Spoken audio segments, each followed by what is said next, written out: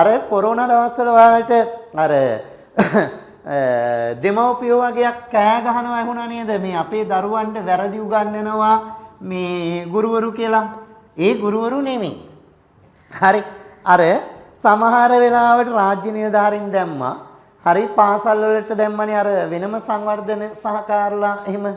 හරි එයාලා දැම්මේ පාසල් වල උගන්වන්න නෙමෙයි. හරි එයාලට ට්‍රේනින් එකක් දීලා දැම්මා නම් ප්‍රශ්නයක් නෑ. පාසල් වලට දැම්මේ ගමන් අර ප්‍රයිමරි පන්ති වලට එහෙම දාලා. අර කොරෝනා දවස්වල මෙයාලා ලියලා තියෙනවා මෙහෙම. මේ මූර්ධද ලයන්න පුතේ මේ මෙහෙම පහපිල්ල දාලා ලියලා. අර දෙමව්පියෝ කියනවා අපි කවදාවත් දැකපු නැති අකුරෝ මේ ටීචර්ලා උගන්වනවා කියලා. උන් දාලා තියෙන්නේ මේක. පැහැදිලිද? කවදාවත් මූර්ධද ලයන්නට පුතේ පාපිල්ල යොදන්නේ. හරි ඒ වෙලාවට කරන්නේ මේක.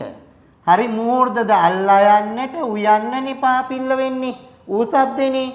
එතකොට මෙයා එකතු කරපු ගමන් පුතේ මේ මෙයා ලූ වෙන්නේ මෙහෙම. තේරෙනවද? කවදාවත් පාපිල්ලක් යොදන්නේ නැහැ. හොඳට ඔළුවේ තියාගන්න.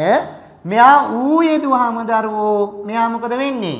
මෙයා වෙන්නේ ලූ කියලා. දැන් අපි පොඩි කාලේ මොකද කිව්වේ මේකට? එළුළු යන්නේ. එළුළු යනු භාෂාවේ නෑ.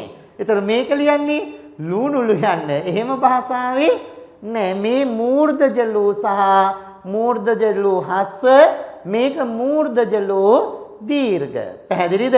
කවදාවත් මේකට මොකද්ද? පාපිල්ලක් යොදන්නේ නෑ මූර්ධද ලයන්නට.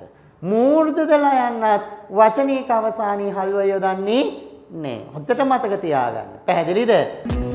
නමයි ගමයි මාතලේ තමයි මේ හිතේ තියෙන තම අපේ කමයි දෙනි වදන් දෙද්දි කට පුරාම යයි තව අලුත් උමුන් හොයානේ